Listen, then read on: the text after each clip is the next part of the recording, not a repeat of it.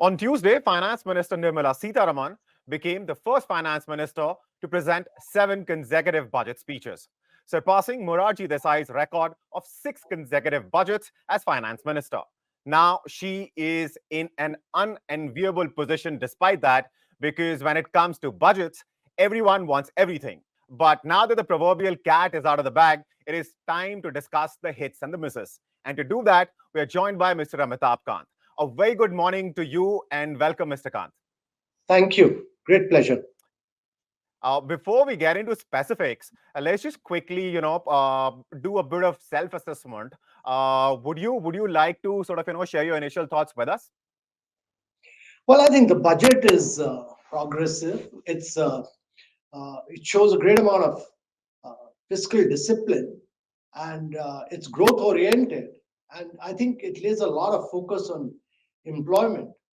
To that extent, I think the budget also lays down the roadmap for the next uh, 2, 3 decades of India's growth strategy. And I think the roadmap for the Viksit Bharat in 2047. Right.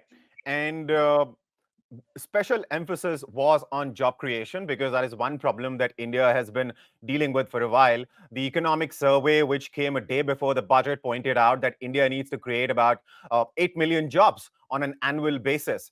So the provisions made in the budget, do you see that kind of impact being created year after year going forward? So, there are several employment related schemes here. Uh, there's a scheme where for employers, you give 3,000 rupees for a period of 2 years. There is another scheme where for manufacturing, you benefit both the employer and employee. And there is a third scheme where you are paying the 1 month's salary of employees. Uh, in addition to that, there are several schemes relating to skilling. There are schemes relating to women development. So there is an emphasis on employment. There's a employment linked incentive in this budget. But my view is that employment is created by growth. If economy grows, jobs will be created. Employment is created by manufacturing, and it's very important for India to create good quality jobs. So the focus on a range of other areas of growth, infrastructure, tourism, MSMEs, uh, all this should in the long run accelerate the pace of our growth, and that should create jobs. Jobs are created not by government, jobs are created by the private sector. And my hope and my belief is that the private sector capex will kick in, and that will create jobs as India moves forward. But it's a budget which is hugely focused both on growth and employment. And if there's one emphasis in this budget, it is on job creation. Right. And talking about Capex, Mr. Kant, I did a bit of a comparison. In 2019, India's Capex, all of the elements added together, was around roughly 5 lakh odd crores. And in 2024, adding up everything, we're looking at a figure which is in the vicinity of 15 lakh crores. It has gone up 3x in a matter of 5 years.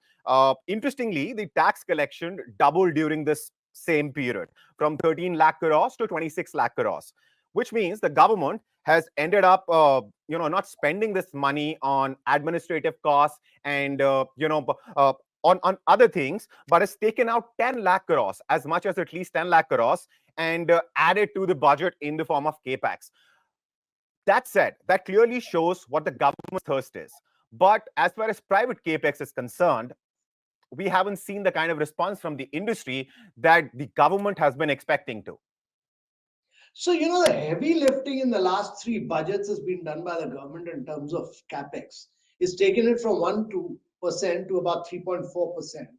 It's Right. increased from the interim budget, also, it has increased the outlay in this budget. It continues to spend money on capital expenditure. But, Yeah. efficiency in the long run comes when infrastructure is created by the private sector. Efficiency in the long run comes when there is operation and maintenance by the private sector. And that's why the government has another scheme of asset monetization, that assets once created should be actually operated and maintained by the private sector. They continue to be owned, but they'll operated and maintained by the private sector.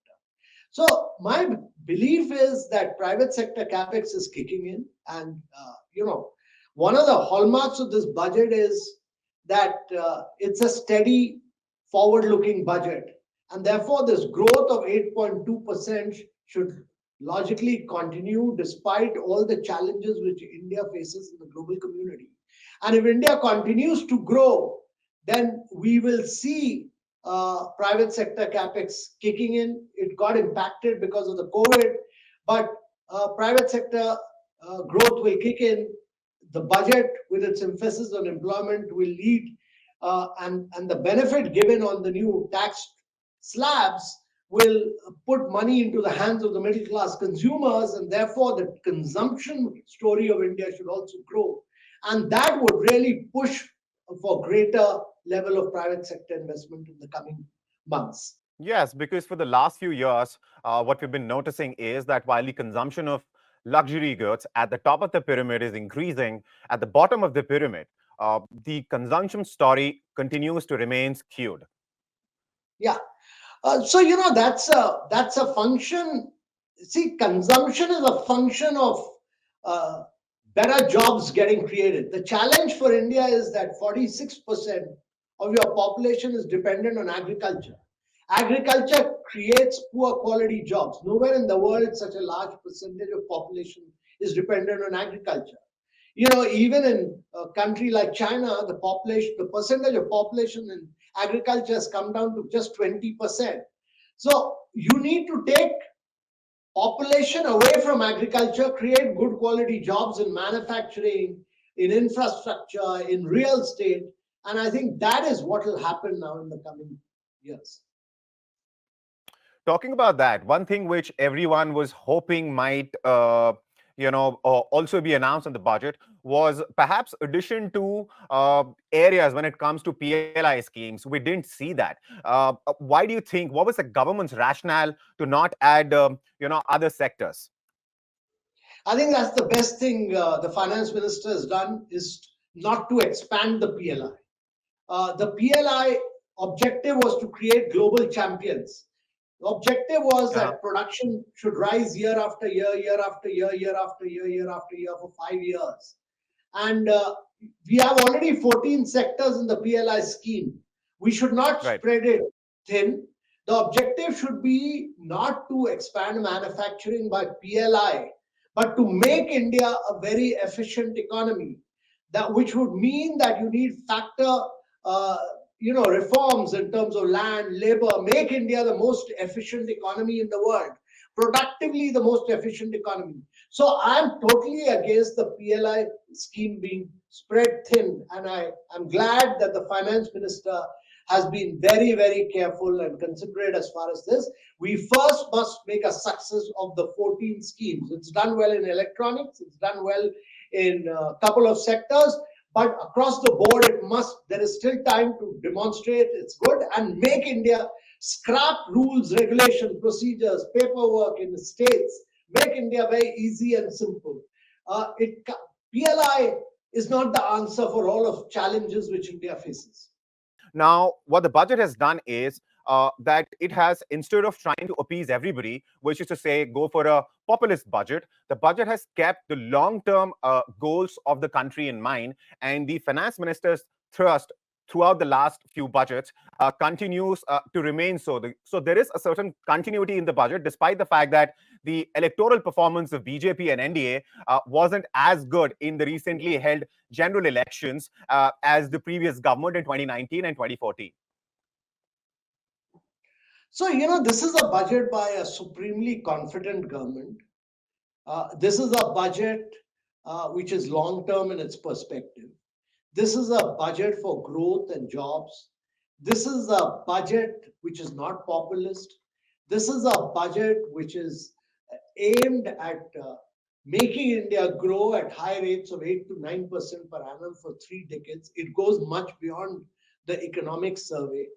And it is a budget which aims at creating good quality infrastructure and is yet very fiscally prudent and very responsible budget, because the finance minister, at the end of the day, the finance minister has to be very fiscally sensible, not to have great fiscal deficit, which will lead to inflation in the long run. So she's brought down the fiscal deficit from 5.9 to 5.1 in the interim, and here for 4.9%, and says that it will come down to 4.5% in the next year, and come down, have a glide path beyond that.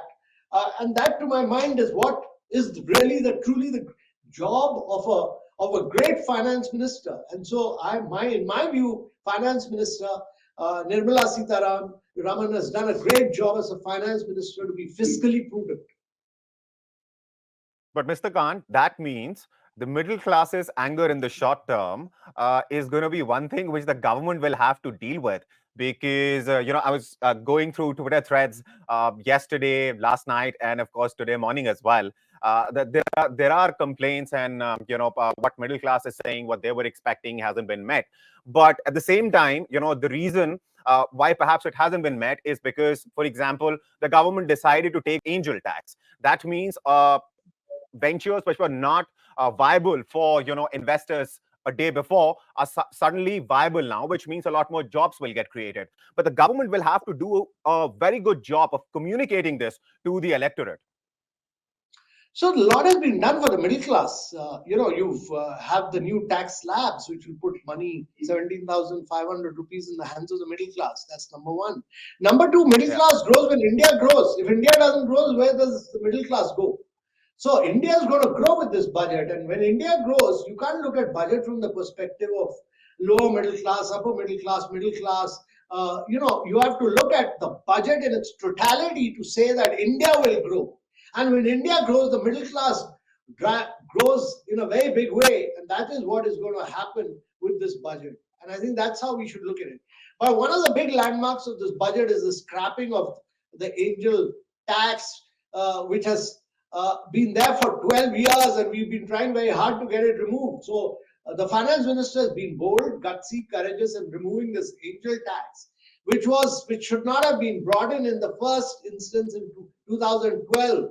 It was imposed 12 years back, and by Mr. Pranab Mukherjee, and it has impacted, startups from starting in India, startups being committed to India, startups growing in India. This aspect of tax, terrorism, all that used to come in, and therefore, this is, to my mind, a very good move. Right. And another thing in the budget which was very interesting was, of course, that the finance minister spoke about that India will introduce a taxonomy for climate finance. Very interesting. Would you like to throw more light on that aspect? So, the budget has a lot of focus on energy transition. It talks about, pump storage, which is very important for India. It talks about small modular reactors, the Bharat reactors, which is very important for India. It also talks about green taxonomy, which is important because only if you have green taxonomy, you are able to attract green funds. Otherwise, a lot of funding which comes in, doesn't come in for climate action. It comes in and is then termed as green financing, which it is not. So it's very important to define green taxonomy, which this budget talks about. So it's a good budget, and actually we should finish this green taxonomy work within the next couple of months and just put it in public domain. And as far as the overall picture going forward is concerned, this was supposed to be the foundational budget for Modi 3.0. The finance minister has very successfully tried to strike the right kind of balance. But if, in your opinion, there are certain things which the government could have done better and has missed out on, what will those things be? So, one of the things is they've created a venture fund for space. I think there should have been Right. a venture fund, a fund of funds, rather a fund of funds for deep tech, a much bigger fund of 10,000 crore for deep tech, including space. So you could have covered many more sectors you could have covered AI, quantum computing, space, geospatial maps, all that. That, to my mind, was important. And the second thing I would say is that while there is a lot of stress on urbanization and it's a good budget for urban development, there could have been focus on cleaning up our cities. The municipal corporations, they lack the teeth, they lack the determination. Improving the air quality for citizens in our cities is very, very important. So I think these are 2 points I would like to say. And otherwise, the budget is very, very good. Thank you for taking other time and talking to us, Mr. Kant. Thank you. Thank you.